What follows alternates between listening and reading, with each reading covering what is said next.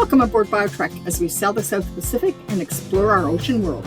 Pierre's the captain. He's been sailing and racing sailboats all his life, and he's the MacGyver on board, fixing anything that needs fixing. I'm Lisa. I'm the fisherwoman on board, with help from our dog Tiller. Tiller's been on board all her life, and it's her first round the world, although it will be the second round the world for me and Pierre. In this video, we also have crew Mia aboard. Please subscribe and ring the notification bell so you're the first to know when we post a new video. In our last video, we visited Taravani Island, the last island we were to stop at in Gambier before leaving for the Tuamotus.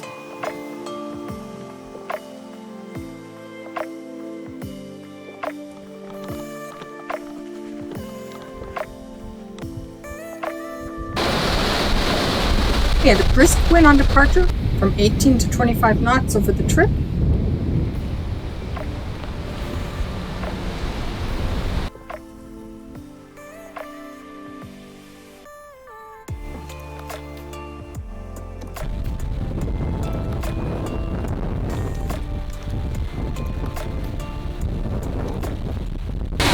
So there we are, the red pole. We're going too fast to fish, but I'm making some lures to be ready for when the wind dies. So I'm busy making some new lures. This nice purple one, it's quite big actually, and I put a number 10 hook. I've never used a 10 before. It's quite a big hook. And I'm going to use that for these lures that I'm making. I put a little egg weight in the head, and I'm using fluorocarbon line. So I have a swirl on the top with the uni knot. The head is one huge lead weight, so this one will go under the water for wahoo. We did catch a nice wahoo on our sail to Gambier.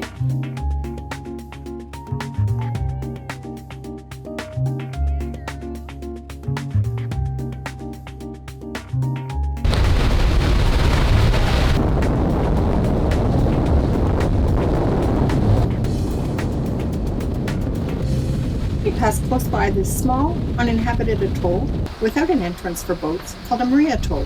We had a good look and could see the lagoon in the inside. If there had been an entrance, we would have liked to stop, but we sailed on.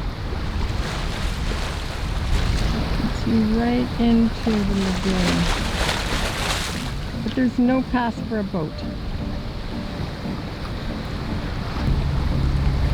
If something breaks on the boat, Pierre doesn't wait till we get to destination. It gets to work right away. Here's Pierre just assembled the winch because there's those teeth that broke. Yeah. A tooth broke when we were using it on rolling the sail, and you can see the broken tooth. But luckily, he has spare parts.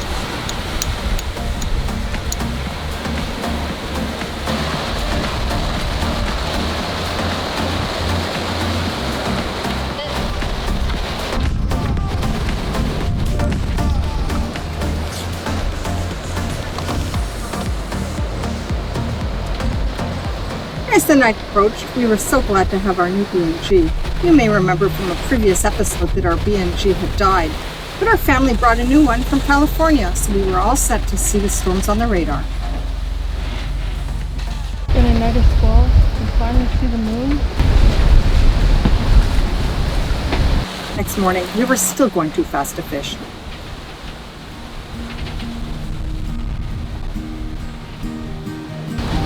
We are doing coconut. We have our juice.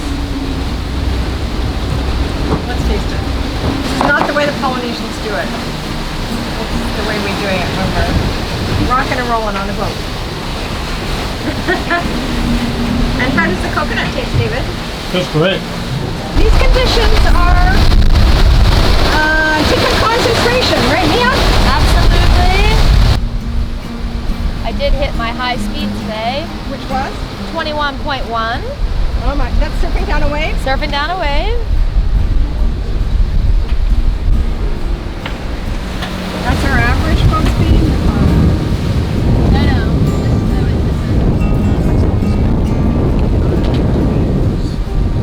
21. So, Mia, you got that maximum speed.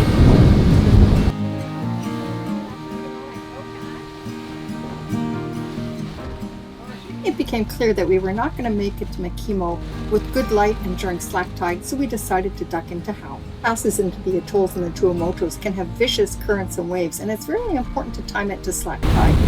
So for Howe, that meant early morning and first light, which is when we went in.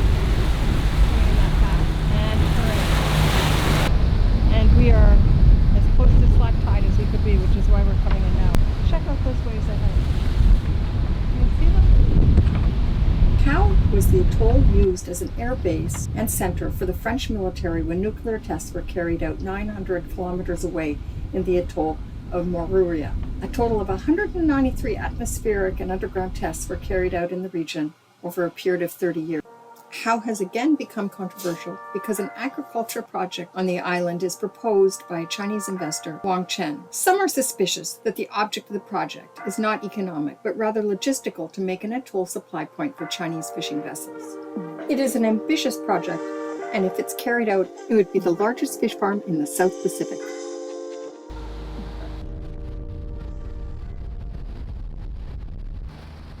We entered the atoll and anchored. It was a windy day, and we were tired from the overnight sail, so we just enjoyed being on board before we left again at the end of the day, just at sunset. Then we timed our departure for close to slack tide, which meant that we left when the light was going down. After going through the pass, which was still pretty rough, we got ready for an overnight sail and arrived in Makemo the next morning. It's important to time entry into passes, which is why we chose another overnight sail. The sun is just rising. There's a sliver of a moon there. And we're just coming towards Makemo after night sailing. The waves are pretty big. The pass into Makemo was uneventful, and the town was very tidy, but it was Sunday and everything was closed. We sailed to the southeast corner of the atoll, an area that looked like a swimming pool. There were very few boats here, so we had this beautiful beach all to ourselves. Just look at the color of that water.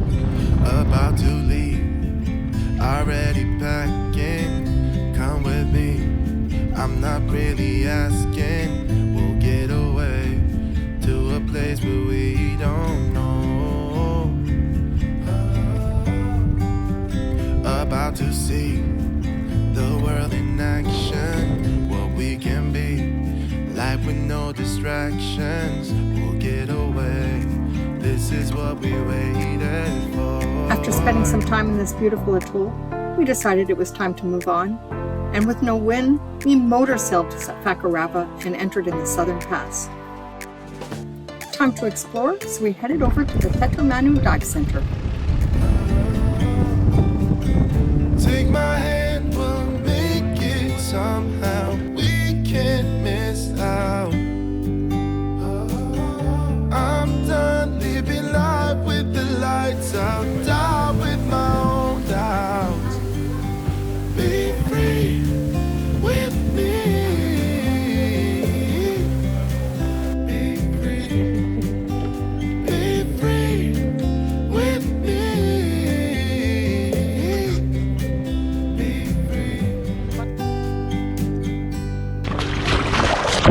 Not looking back, eyes on the freeway, Bonnie and Clyde, that classic cliche, we're on the run, this is what we waited for. Oh, yeah. Take my hand, we'll make it somehow, we can't miss out. I'm done living life with the lights out. Die with my own doubts. Be free with me. Be free. Be free with me. Be free.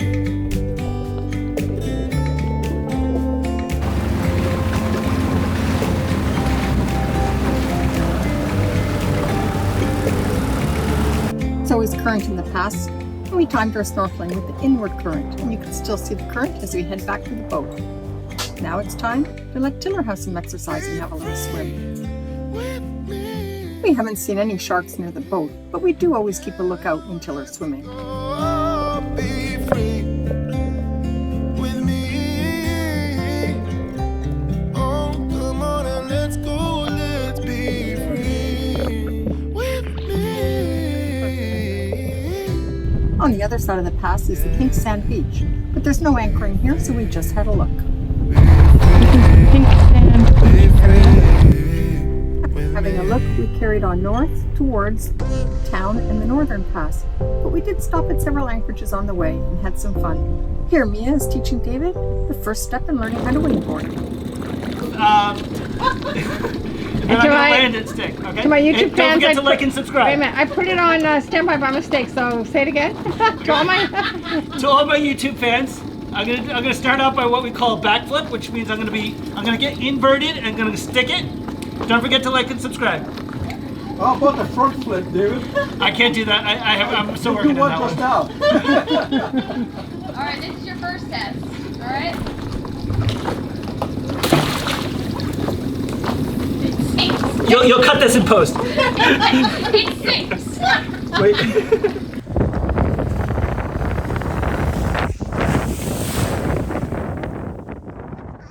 Please subscribe to see some kiting and some upcoming videos. But that wasn't David, so let's look at his first time on the twin tip wakeboard. Is that my bad? What was I supposed to do? Catch it. No, catch it. Ready? Ready? Yep. This is the real thing. Get it! Wait, I think I can. I think someone needs to go and help him get the line. Emily, you want to go help him get it?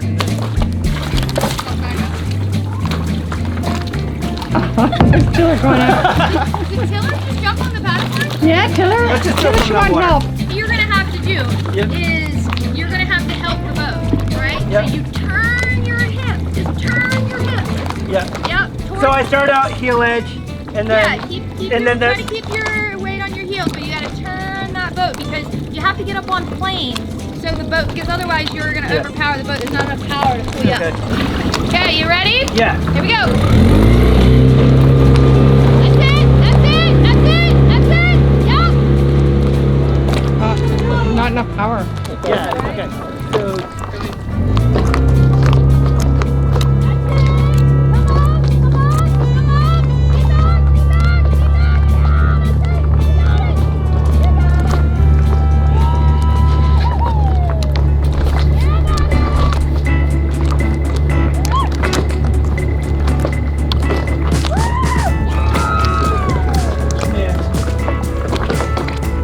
Go! He hasn't fallen yet.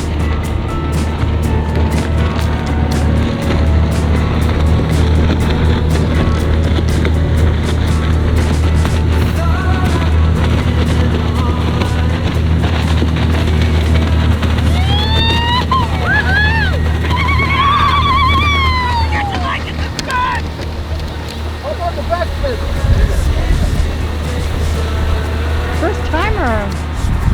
Oh my god, he went all around the boat. So fabulous.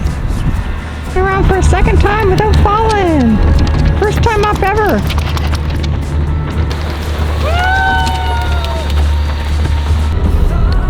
Third time around. First timer.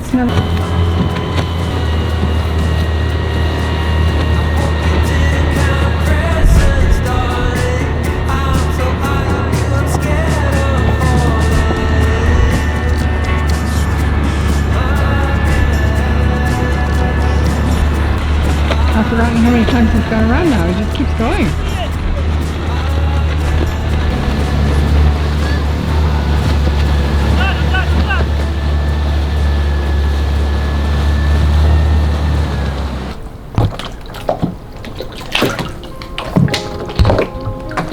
This is just behind the boat. They're not sharks, they're remoras. Sunsets always seem to be fabulous at Fakarava.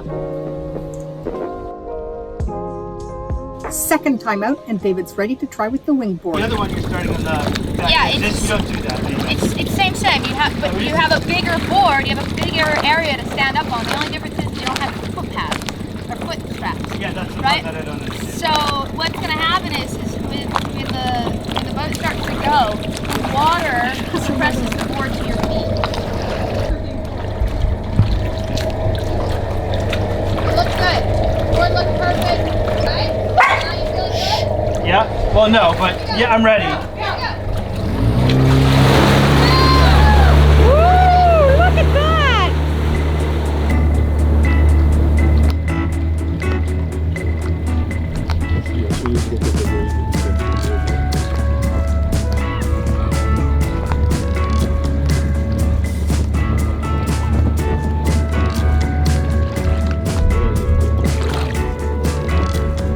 He's doing pretty well, isn't he?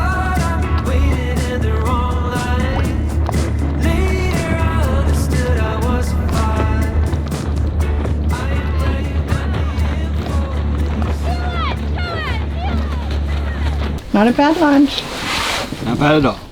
Delicious after a morning of wonderful water sports. Foxy can pie. Looking good. The quinoa crust. Time to raise the anchor and head on our way north.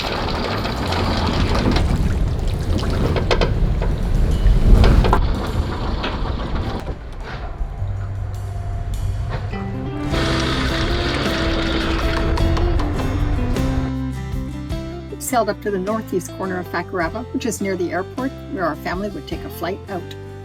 We anchored slightly north of the town and away from the main crowds of the boats, we would have clean water for swimming. As always, Pierre checked the anchor with Tiller watching. And then, it's Tiller's turn. And this is pretty interesting. That's a north cardinal marker, a mere north. And it's easy to see why they use that cardinal marker for this reef. It's kind of C-shaped. So it's